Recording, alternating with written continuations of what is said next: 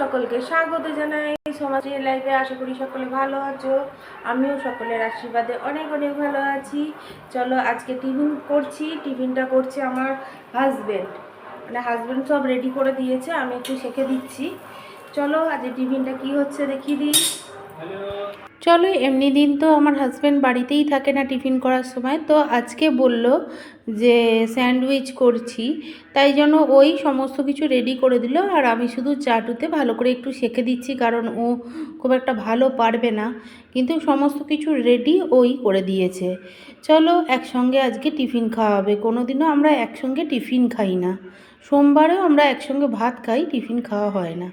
আর এখানে আমি স্যান্ডউইচ খাওয়া হয়ে গেছে, আমার হাজব্যান্ড বললো চলো একটু চা খাই। চলো, তাই জন্য টিফিনের পর কোনো দিনও আমরা এই চা করে খাই না, আমার হাজব্যান্ড আছে বলে। তো ও বললো যে টিফিন খাওয়ার পরে একটু চা খাবো। তো যাই হোক, চা করলাম যেহেতু, সেই জন্য নিজেও একটু খেলাম। আমি খুব বেশি চা খাই না সকালের দিকে, যেহেতু টিফিন করা হয়ে গেছে, তাই জন্য চাটা খেলাম। তো এই সময় তো চা খাওয়াই হয় না। রান্না বান্না শেষ হয়ে গেছে, এখনো সমস্ত কাজকর্ম বাকি আছে। আর আমার হাজব্যান্ড ওই ঘরে কাজকর্মগুলো করছে, আর যেহেতু ছুটি পায় না। আর এখানে সমস্ত বাসন পড়ে আছে, রান্না বান্নাটা শেষ হয়েছে। চলো দেখাতে থাকি বাকি সব কাজকর্ম। আমার হাজব্যান্ড বাড়িতে থাকলে একটা দিন পুরো দিন কোনো দিনও ছুটি থাকে না। তবে আজকে সোমবার, সপ্তমী পড়ে গেছে। আর সোমবারও জানো তোমরা যে আমার হাজব্যান্ড কলকাতায় যায় কাজে না গেলে। তো আজকে যেহেতু সপ্তমী, পুজোর দিন, তো সোমবার পড়েছে, যেহেতু সকাল থেকেই বাড়িতে আছে। আর বাড়িতে আছে যেহেতু, ও কাজের মানুষ ঠিক কাজ খুঁজে নিয়েছে। সিঁড়ির ঘরটা পরিষ্কার করছে, আর আমি এদিকে রান্না বান্নার সমস্ত দিকটা সামলে নিচ্ছি। দুজনে দুদিকেরটা করলে তাড়াতাড়ি কাজও হয়ে যাবে, আর টাইমে খাওয়া দাওয়া হয়ে যাবে।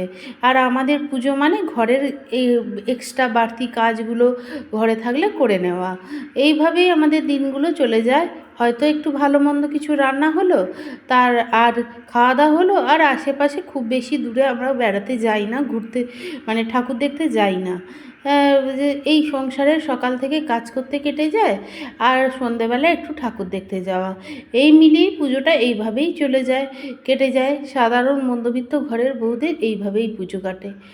যাই হোক, দেখো বাসনগুলো কিছু বেরিয়েছে, রান্না বান্না সমস্ত কিছু হয়ে গেছে।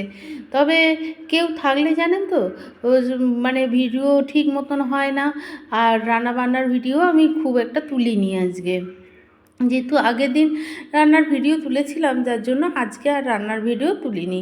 এই যে টুকিটাকি কাজকর্ম এদিক ওদিক করতে, সকালের টিফিন, যেগুলো অনেক সময় লেগে গেল, তাই জন্য রান্না বান্নাটা তাড়াতাড়ি করে সেরে নিয়েছি।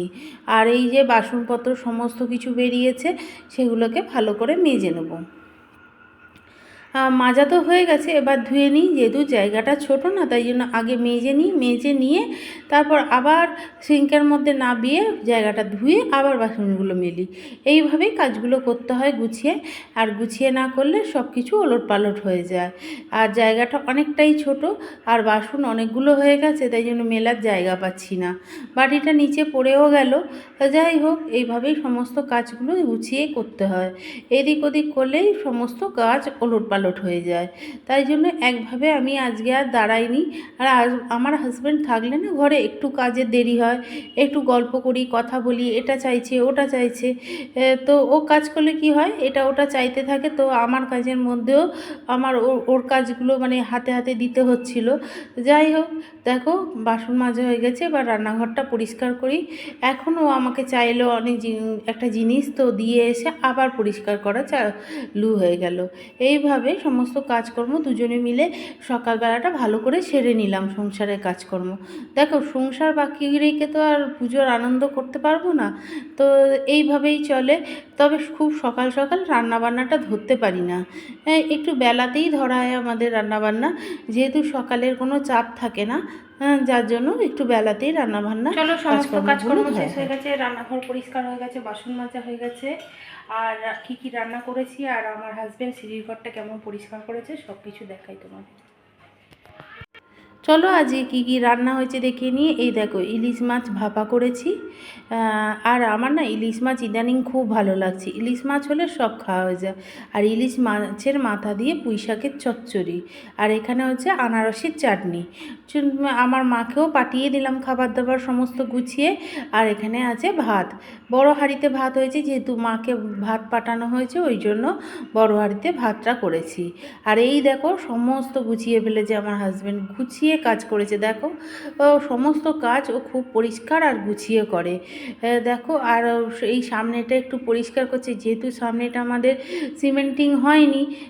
তো লেবারদের আসতে বলা হয়েছে কিন্তু ওরা আসেনি। তো হয়নি, পুজোর আগে আগে করতে পারলাম না, যেহেতু আমরা নতুন নতুনই ঘরে ঢুকেছি। তাই জন্য ওদের ডাকা হয়েছিল মিস্ত্রিদের, রাজমিস্ত্রিদের, কিন্তু ওরা আসেনি, পুজো বলে বাড়ি চলে গেছে। তো যাই হোক, ওই জন্য পরিষ্কার করছিল একটু। আমি ঘরের কাজগুলো সামলে বাইরের কাজটা তো করতে পারি না, আমার হাজব্যান্ডই করে বাইরের কাজগুলো। তো যাই হোক, চলো ওপরের ঘরে চলে এসেছি। ওপরে যেহেতু আমার ছেলে ঘুমোচ্ছিল আর আমি নিচে রান্নাবান্নায় কাজে এটা সেটা কাজে লেগে পড়েছিলাম, বিছানাটা তোলা হয়নি। বাকি আদার্স কাজগুলো হয়ে গেছে, এবার বিছানাটা তুললে মোটামুটি আমার কাজ শেষ হয়ে যাবে, রান্নাবান্না করতে চলে যাব।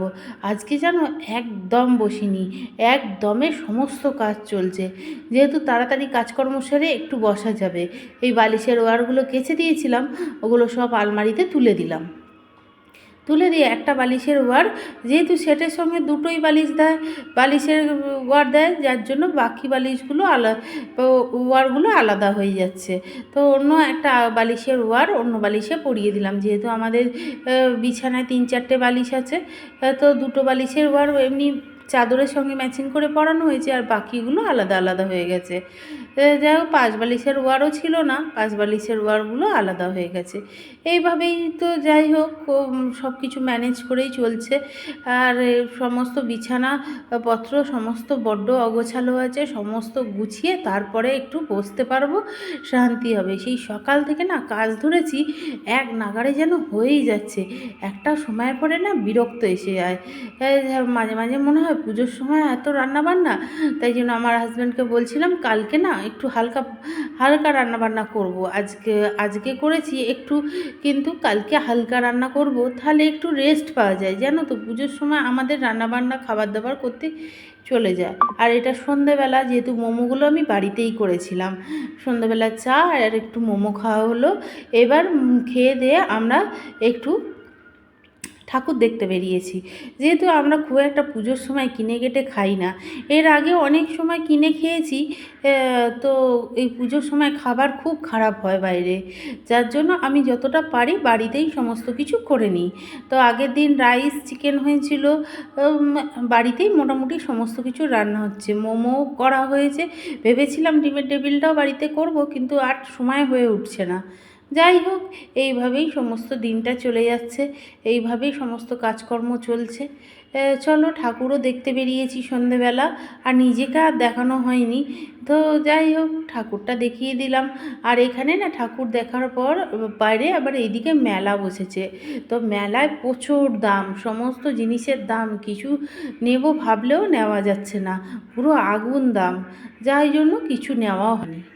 আর এই দেখো এই ঠাকুরটা দেখলাম, বেশি দেখিনি, 2-3টে ঠাকুর দেখে বাড়ি চলে এলাম। প্রচণ্ড গরম হচ্ছে, আর মহাসপ্তমীটা এইভাবেই কেটে গেল। চলো আজকের জন্য এইটুকুই থাকলো, আবার দেখা হবে কালকে অন্য কোনো ভিডিওতে।